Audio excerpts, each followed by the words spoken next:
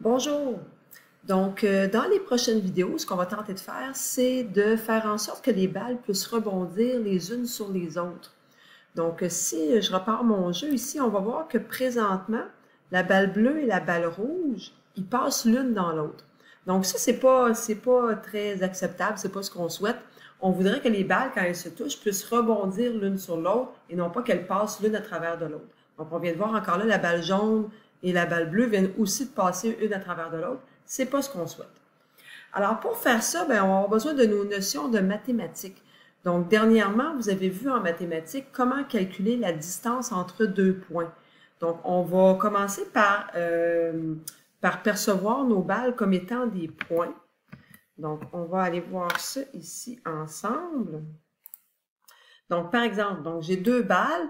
Quand mes balles vont s'approcher l'une de l'autre, bien, il va falloir que je sache à quel moment elles viennent se toucher pour qu'au lieu de continuer l'une dans l'autre, elles puissent rebondir. Donc, à partir du moment qu'elles vont se toucher, elles vont simplement rebondir l'une sur l'autre. Alors, pour faire ça, il faut que je sois capable de déterminer la distance que j'ai entre mes deux balles. Donc, pour faire la distance entre deux balles, on va dire la distance entre deux points. Bien, on a vu une notion mathématique dernièrement qui nous permet de faire ça. Alors, certains élèves pourront peut-être reconnaître mes notes de cours de mathématiques ici. Donc, on a vu une formule qui nous permet de calculer ici la distance entre deux points. Donc, j'ai un point P1, un point P2, et ce qui m'intéresse, c'est la distance que j'ai mis en rouge. On disait que cette formule-là venait d'une application de la relation de Pythagore, mais on va tout simplement voir comment on peut programmer ça ici. Comment on peut programmer une racine carrée avec des calculs à l'intérieur, avec des exposants 2, etc., etc. Donc, c'est ce qu'on veut faire. Alors, première chose, quand on veut faire une racine carrée, donc ça, c'est la première chose que je détermine ici. Donc, moi, je m'en viens bien voir. Donc, la racine carrée, oups, avec ma souris, c'est pas évident.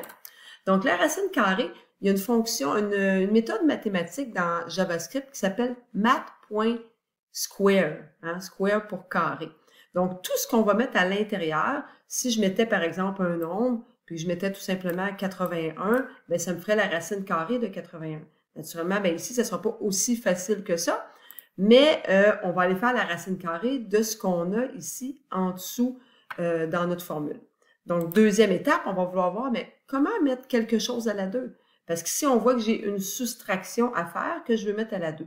Qu'est-ce que j'ai dans la soustraction? Bien, dans le fond, c'est les coordonnées en X de mes deux balles. Donc, je vais vouloir prendre la coordonnée en X de la deuxième balle, moins la coordonnée en X de la première balle et mettre ça à la 2. Donc, premièrement, je vais aller voir c'est quoi, comment on fait en JavaScript quelque chose à la 2. Ben, ça vient du mot power, hein, mettre quelque chose à la puissance, on peut appeler ça, là. Donc, math.power pour power. Et ce que je viendrai mettre à l'intérieur de ça ici, ça va me le mettre en exposant, mais il va falloir que je lui dise à quel exposant. Est-ce que je veux exposant 2, exposant 3, exposant 4? Donc, ça, c'est une donnée que je vais devoir lui passer.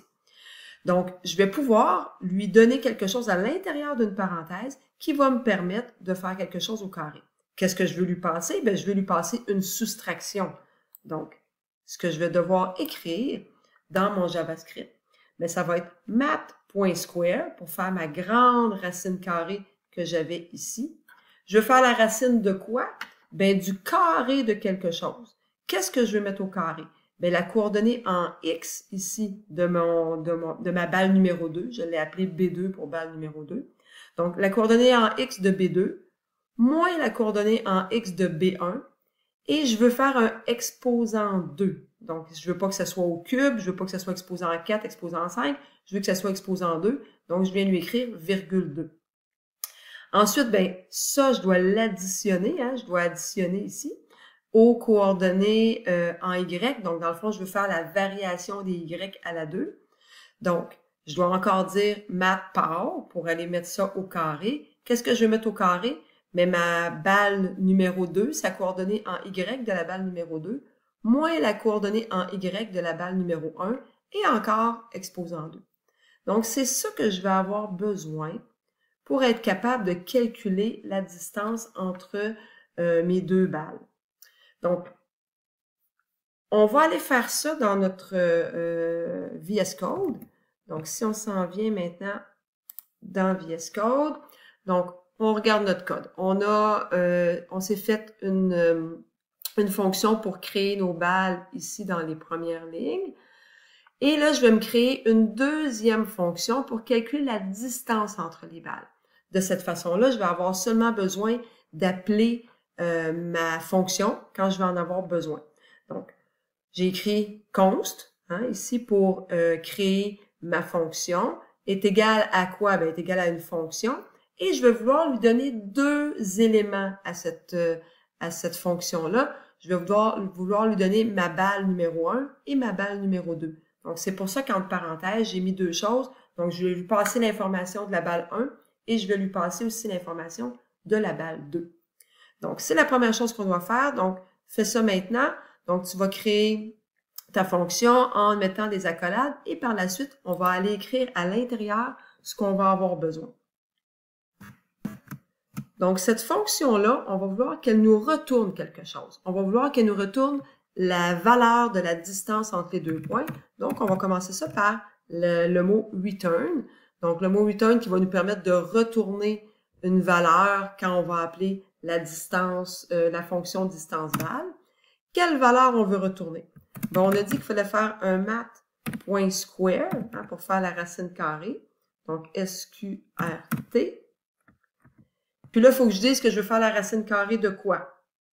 Donc, je veux faire la racine carrée d'une parenthèse qui est à la 2. Donc, si on se rappelle bien ici, j'ai ma parenthèse à la 2. Donc, on disait qu'il fallait que je fasse mat.power. Donc, c'est ce qu'on va aller faire maintenant. Donc, on va lui écrire mat avec un M majuscule, .power. Et je vais venir mettre entre parenthèses le calcul à faire. Ce que je veux faire, ben, je veux prendre la balle 2. Je veux prendre sa coordonnée en X. Je veux soustraire ça à la coordonnée en X de la balle 1. Et on se rappelle que si on veut le mettre exposant 2, donc virgule 2 pour dire quel exposant, on va mettre tout ça. Pourquoi j'ai le droit de faire B2.x puis B1.x? Ben, c'est parce que quand tu t'en vas dans ton fichier balle.js, si on se rappelle, on a déterminé des coordonnées en X et des coordonnées en Y. C'est pour ça que c'est très pratique de se créer une classe, de créer un objet qu'on appelle donc un objet balle, parce que l'objet balle, par la suite, va avoir des caractéristiques qu'on lui a données ici. Donc, je suis capable d'aller rechercher sa coordonnée en X et sa coordonnée en Y en tout temps. Donc, c'est ce qui me permet de marquer B2.x et B1.x. Donc, je peux avoir les informations de X, Y. Si on regardait les autres trucs qu'on avait, là, on avait le rayon, le déplacement en X, le déplacement en Y, sa couleur. Bien, c'est toutes des informations que je suis capable d'aller rechercher à partir de B1 et de B2. Donc, je reviens là. J'ai fait ma première parenthèse exposant 2. Si on se rappelle bien, je dois maintenant aller additionner maintenant la valeur du déplacement du delta Y à la 2 aussi. Donc, j'ai pas fini ma petite formule à écrire. Donc, on va continuer. Je veux aller ensuite additionner. Additionner quoi? Ben, additionner mat.par pour dire que je veux faire un exposant. Cette fois-ci, je vais regarder les coordonnées en Y. Donc, B2.Y moins B1, excusez, B1.Y. Et encore là, il faut que je mette ça à la 2, donc virgule 2. Et je ferme ça par deux parenthèses pour dire que la première parenthèse, c'était celle du mat.power, puis la deuxième parenthèse, c'est celle du mat.square.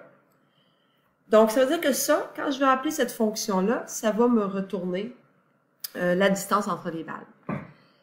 Si je veux voir présentement si ça fonctionne, ok, juste pour aller vérifier, là, je pourrais aller mettre ça dans le console log.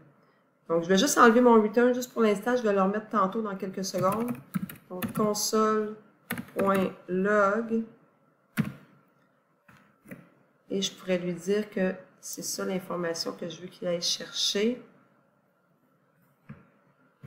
À l'intérieur. OK. Donc, si je sauvegarde ça, que je m'en vais faire rouler mon programme. Donc là, quand je regarde dans ma console, il n'y apparaît rien. Bien, c'est sûr qu'il n'apparaît rien, effectivement, parce que ma fonction distance balle, je ne l'ai jamais appelée. Donc, il faudrait qu'à un certain moment donné, j'appelle cette fonction-là si je veux qu'elle se produise. Donc, par exemple, je pourrais venir l'appeler ici. Donc, je vais dire à ce moment-là distance balle. Il faut que je lui passe des balles. Donc, juste un instant que je me fasse ça, là. Donc, je suis venue ajouter ici, là, un appel à ma fonction distance balle. Donc, je viens de l'appeler distance balle. Je lui passe 2 balles. Donc là, j'ai dit que je voulais la balle 0 et la balle 1. On se rappelle que les balles sont placées dans un array. Hein? Fait que la première balle va être dans le tiroir 0, la deuxième balle va être dans le tiroir 1 et la troisième dans le tiroir 2. Donc, j'ai présentement 3 balles. Donc, je lui ai dit que je voulais calculer la distance entre la balle 0 et la balle 1. Donc, si on va voir maintenant de quoi ça a l'air dans Chrome, bien, on voit qu'effectivement, dans ma console, là, à toutes les fois que ça bouge, là, donc à chaque animation, donc, la misère à retourner à la fin, là, mais ça me rajoute tout le temps des nouvelles distances de balles parce qu'il est en train de calculer constamment la distance entre les balles. OK? Donc, ma fonction distance balle fonctionne. Ce qui fait que je vais arrêter là pour cette vidéo-là et on va continuer dans la prochaine vidéo pour voir de quelle façon on va s'en servir pour aller calculer maintenant, être capable de faire rebondir nos balles les unes sur les autres.